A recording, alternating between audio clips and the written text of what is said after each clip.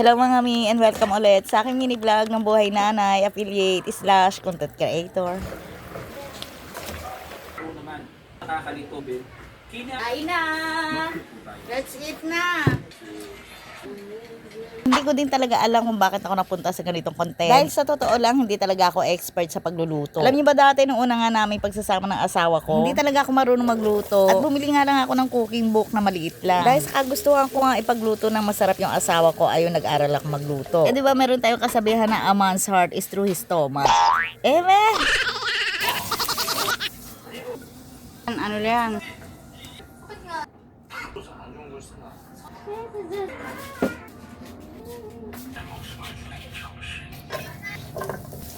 O baka may magtanong na naman nga ng iba sa inyo dyan na parang ang konti lang na niluluto ko at kakasya ba sa amin yan. Hindi kasi makiulam yung mga anak ko at sabaw nga lang yung inuulam nila. Hindi sila kumakain masyado ng karne at minsan nga pinipilit ko pa silang ubusin. May kanya-kanya kasing ayaw na ulam yung mga anak ko. Yung isa ayaw ng tinola, yung isa naman ayaw ng isda. Kaya minsan nahihirapan talaga ako mag-isip ng uulamin namin sa araw-araw. Na dapat yung lulutuin ko is gusto ng lahat. Makiprito kasi yung mga anak ko at sa 5 ko mga anak, 2 lang yung kumakain ng gulay. Tapos yung asawa ko naman, kailangan pag nagluto ako, kailangan palaging may gulay. Kaya minsan mas mahirap pa talaga mag-isip ng uulamin kaysa mag-solve ka ng algebra. Kaya naman minsan ginagawa ko, pag gulay kami ngayon, bukas karne, tapos kinabukasan naman isda. Tapos sunod na araw naman seafood para naman balanse. Para naman hindi nakakauma yung palaging karne naman araw-araw.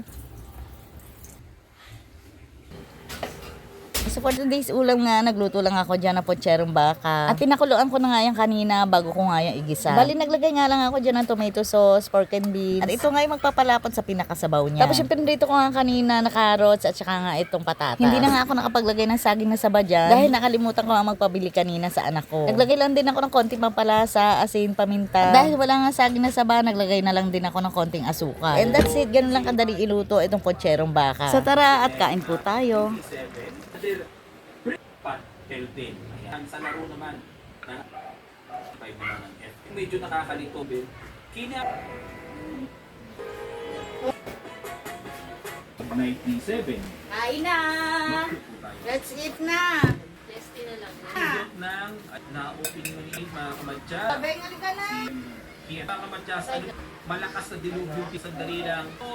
And then, group F1. Kung pasubo Na! Halika na, anak! Kain ka na muna! ay aalpas na iba ang kanya. Yeah.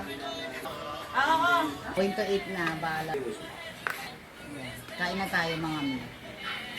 Mauna na tayong kumain.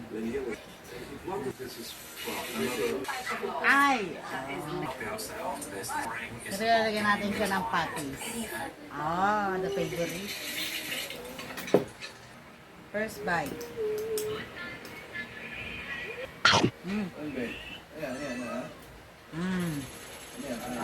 Alam mo, pinakulo ko na siya ng matagal.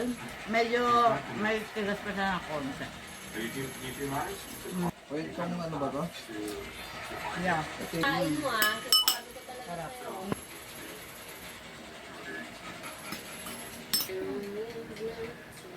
Kuan? Water. Tissue, pinapawisan ako. Masarap, try nyo na din to. Nangangina ko. Gusto ko ng taba. Ayun yun, sabaw pa lang ulam na, perfect. Ayun mo, ahiya ka pa. Isang sumpa ang pag masyado ka mahiyain. Isang sumpa daw. I don't want to give away all. Actually, like Naantok na nga.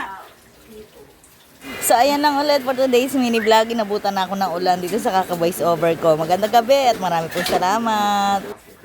Perfect. yesterday, we're getting